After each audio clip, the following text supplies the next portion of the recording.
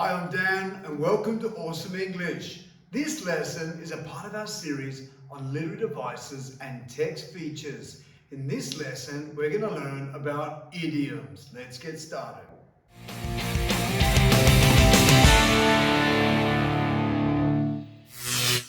Welcome to our awesome checklist for today's lesson. It's our roadmap to success. Now, the first objective we want to achieve is to know what is an idiom. Then, to be able to know some famous idioms. There's so many idioms in the world. Today, we're just going to introduce a few of them to you.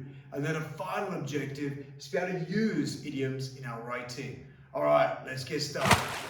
She's going to hit the hay. He is on thin ice. What does that mean? These are all idioms. Now, what is an idiom? An idiom is a phrase or a saying that has a non-literal meaning. Now, that means it's not exactly as it is written. Is he really standing on thin ice? Probably not. It means he's in a risky situation. Is she really going to hit hay?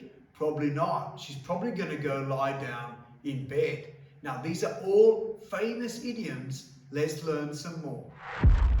All right, now it's time for a think, pair, share. So if you're in class, you can work with the person next to you. If not, just brainstorm and check it out yourself.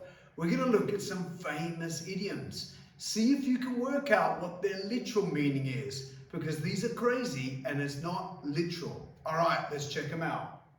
So the examples are, now see if you can work it out or work with your buddy. So he needs to pull himself together. The party was up in the air.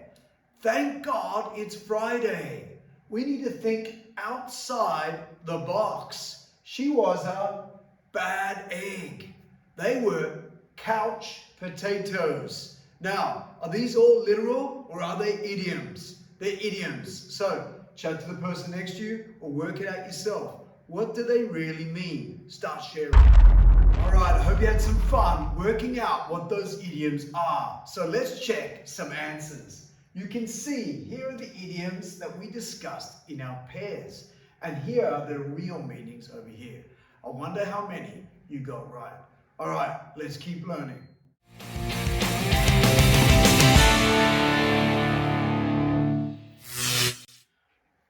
So now it's time for some independent learning. You should now have a better idea of what idioms are. So it's over to you. Go and consolidate your learning. Go and write down 3 to 5 of the idioms we learned today.